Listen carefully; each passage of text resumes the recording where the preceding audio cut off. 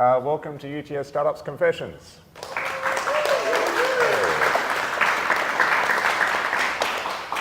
Okay, so the point here is to just talk to different entrepreneurs about what they've done so that other people thinking about entrepreneurship can know how to start or learn from what other people are doing. Please welcome Steffi from Kultura Trail. Thank you. Okay, in 10 seconds, what is Kultura Trail? Kultura Trail is a modern-day self-guided treasure hunt experience exploring Sydney's cultural pockets. Okay, and it is beautiful. Thank you. I was just playing around with it before. I've not seen an app that gives, like, people hear about virtual tours and think, oh, okay, it might look like this. No, this actually looks like something you'd want to use. It's really beautifully interactive, and how it kind of gamifies things is really interesting as well. But we'll get into that. Could you take us back? Who were you before starting this? Well, professionally, I've always bounced around different professions. I was in digital marketing in one of the main recording labels in Sydney, in the music industry. And then it wasn't really for me, so I left and packed my bags and moved to Spain for 6 years. Ended up staying there for 6 years working as an ESL teacher. And then came back just before COVID. Was about to start a travel consultant role, but obviously the borders closed and didn't really ended up starting in that role. And then went on to start Kultura Trail instead. Okay, cool. I love how every single one of these stories has a reference to COVID in it. We'll skip over that. Could you take us back? What are your first memories of the idea? Where did it come from? Yeah, so it was around August, September 2020. I was just scrolling through photos, reminiscing about my travels in Europe when I was living there for 6 years. I think every other travelers were sort of, dying to get out, dying to travel again. So I was just flicking through my gallery on my phone, and then I was on a FaceTime with one of my best friends. We were living in Madrid at the same time, and we were just talking about our experiences, the local bars that we used to hang out in, the best local patatas bravas place around the corner from our apartment. And it just sort of ignited this desire for me to share all this knowledge and experiences with other travelers and locals alike as well. And that's when the idea sort of came to me. And I don't know if you guys heard of The Amazing Race, the show. Yeah. So I sort of incorporated that idea of, that fun kind of you go with a team or a group of people going to different parts of the world or the city in this case. And it's educational, it's informative, but it's also gamified and fun and accessible as well. So you don't have to travel, far. Beautiful. We were just talking before about, we live in a beautiful city in Sydney and no one takes any time to explore the city around them. Absolutely. I understand you've got a couple of maps worked out already, Yes. And what are they for? So we have 2 trails at the moment, and one is just around the corner in Chinatown, obviously highlighting the Chinese, not only the Chinese community and cultures, but also other Asian cultures as well, which is beautiful. And we have one in Marrickville focusing on street arts and the breweries that are sort of, popping up in that area. Okay, beautiful. So we'll see how many people we can get in the room to sign up and then do the tour after this, so just be prepared. How did you develop this as something that looks as wonderful as it does? What did that look like?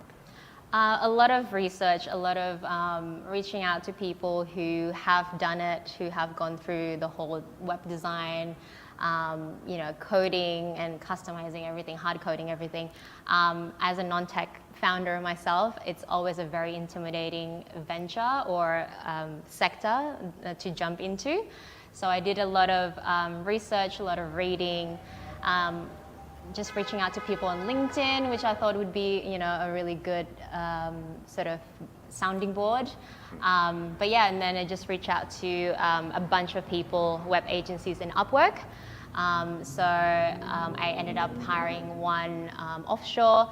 So, because one of the advice that they gave you is to build your MVP, always start lean, just spend as little amount as possible and then test it out and then iterate and keep iterating. So don't go too big the first time. So just get an MVP, just anything, just out there to test. would you recommend Upwork to other people based on your experience? I definitely would, but I think if I were to go back, I would probably be a lot clearer in terms of what you're after, in terms of like what your specs are, so you can actually communicate that better and find the right people for the job. Okay. But every day we come across people that are looking for tech co-founders or tech people to join their teams. That's me too, actually. But if looking back, would that have been a better arrangement, or did the Upwork arrangement work out okay? I think for where I was at that point, I think it was wiser for me to contract someone externally, just because I needed something to show and start testing in the market as quickly as possible. I think with the tech co-founder, it would be a lot more sort of like negotiating a lot of the paperwork and all that kind of stuff. It needs to be the right fit also, first of all. And you can't just sort of find someone, okay, yeah, he has a qualification, but you guys need to gel as a co-founder first and sharing the same vision. So I think that would have taken a lot longer for me to be comfortable to actually share that. But so I think, yeah, having someone external was the right fit at the time. Okay. Yeah. And what gave you the confidence in pursuing it at the start? It's a big kind of leap to take. Yeah, to be honest, again, COVID time, I wasn't really doing anything. So that kind of propelled me to take the risk. And, I've sort of said to myself, I've got nothing to lose. And I really owe it to my parents. I was able to luckily live rent-free, which is, taken a huge chunk of financial stress off my head to be able to start a business. So that really helped, I think, in terms of the financial side. And I think emotionally, having the right people around you who have gone through the same things or are going through the same experiences as you, and being able to kind of share the wins and the losses have also, been a big help. Yeah, I miss living at home. Living at home was fantastic. And I think it's really hard to go back in lifestyle at any point in someone's life. So I think it's an underappreciated attribute of students in particular, that generally the cost of living is lower and you're not taking on giant mortgages or having kids yet or other things that start to make it more complicated. So your ability to sustain a small income while building a company is quite a unique attribute in your life at that point. Exactly. So you launched start of last year? We launched our MVP November 2021. Okay. So within a year of the idea, I sort of launched it very, very early on. And actually later down the road, one of my mentors told me, oh, so you actually started selling your MVP? And I was like, well, yeah, I have a product. Why wouldn't I put it in the market, right? And then apparently the best practice is you test it out for free for the potential users to sort of, come on board and like test the idea. And they were actually surprised. I'm like, well, good on you. Like, you actually started making money from day one. Yeah. So if you believe in your idea, like, why not? If you have a product that you think people would buy, so why not kind of, start making money from day one? Yeah, if you can. It's Yeah. fantastic. I feel like maybe it's an Australian thing, the kind of hesitation to make money, to say, I'm doing this and I need customers to pay money for it. I don't know. Or maybe it's a new product thing as well, where you think, okay, this is not good enough. I think having paying customers is a wonderful reason to make something better. Absolutely. The incentive is immediately there, and you can resource actually improving it as well. Mm-hmm. So, yeah. So since then, what has the growth looked like, and what kind of lessons have you learned along the way? Definitely keep iterating, keep doing your research, talk to your customers. Those are the basic, it's never going to go away. I think you just constantly do it. But I think also, again, finding your tribe, it's a cliche, but it is super, super important having the right people around you, because that's going to make the difference between, a bad feedback on one day and then having, a better day the next day. So having a group of people that you can trust, that you can share your wins and losses. It's very, very useful. Definitely. How do you find them? LinkedIn. Actually, I was accepted into Tech Ready Women Academy. So that's a great program for female founders out there, especially if you're looking into into the tech space. I would really recommend you guys, you ladies, applying for it. It is scholarship based as well, and they have put a lot of focus on minorities founders as well. So yeah, that has actually given me a lot of connections and networks, and being able to pitch in front of 150 people last September. Yeah, that was a great opportunity and a great community as well. Okay, nice. I love their work.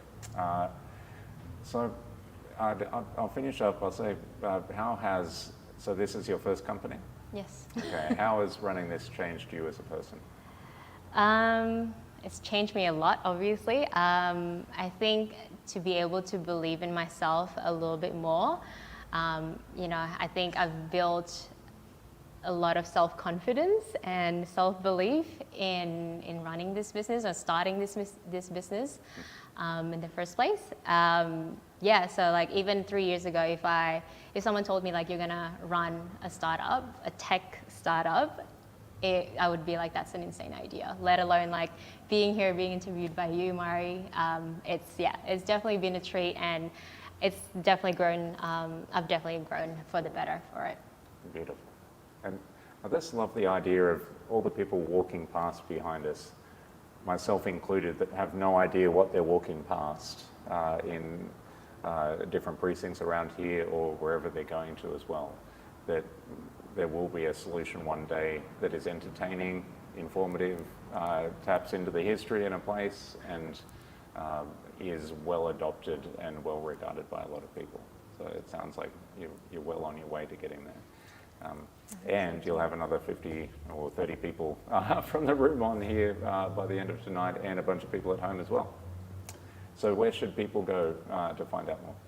Yep, so you can check out our website, kulturatrail.com. So it's Kultura Trail, and the handle is also Kultura Trail on Instagram, Facebook, LinkedIn, TikTok, everywhere. Okay, beautiful. We'll put a link in the video description below as well. We'll wrap up there, and I will say every Friday at 3:30 we do these events at UTS Startups at Central. There is great pizza, great drinks, thanks to Amazon Web Services. Thank you very much, Amazon, for your support. We're going to turn off the camera and go into a private Q&A session, which is also another reason to come down and join these as well. Please join me in thanking Steffi.